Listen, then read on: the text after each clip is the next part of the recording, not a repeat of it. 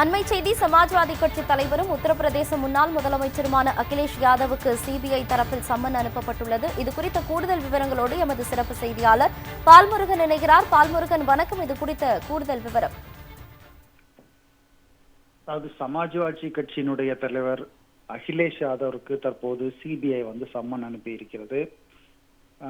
அதாவது மைனிங் தொடர்பான ஒரு வழக்கில் சாட்சியமாக ஆஜராக வேண்டும் என்று அவருக்கு சிபிஐ சம்மன் அனுப்பியுள்ளது.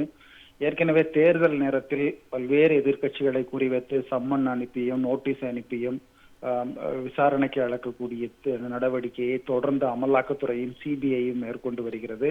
இதன் தொடர்ச்சியாகத்தான் தற்போது அமலாக்கத்துறை அதாவது சிபிஐ அகிலேஷ் யாதவுக்கு சம்மன் அனுப்பி இருப்பதை பார்க்க முடிகிறது. நாளை ஆஜராக வேண்டும் என்று இந்த சம்மன் அனுப்பப்பட்டிருக்கிறது. தேர்தல் நெருங்கும் நேரத்தில் பல்வேறு எதிர்க்கட்சி தலைவர்களை குறிவைத்து விசாரணை அமைப்புகள் ஏவி விடப்பட்டிருப்பதாக பல்வேறு எதிர்க்கட்சிகள் தொடர்ந்து குற்றம் சாட்டி வருகின்றன. அந்த வகையில் தற்போது அகிலேஷ் யாதவையும் பாஜக குறிவைத்திருப்பதாக கூறப்படுகிறது.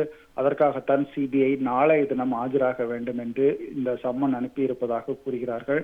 ஏற்கனவே டெல்லி முதலமைச்சர் அரவிந்த் கெஜ்ரிவாலுக்கு பல முறை சம்மன் அனுப்பி அவர் தற்போது நீதிமன்றத்தை நாடி இருக்கிறார். இதற்கிடையே அவருக்கு 8வது முறையாக சம்மன் அனுப்பப்பட்டிருக்கிறது.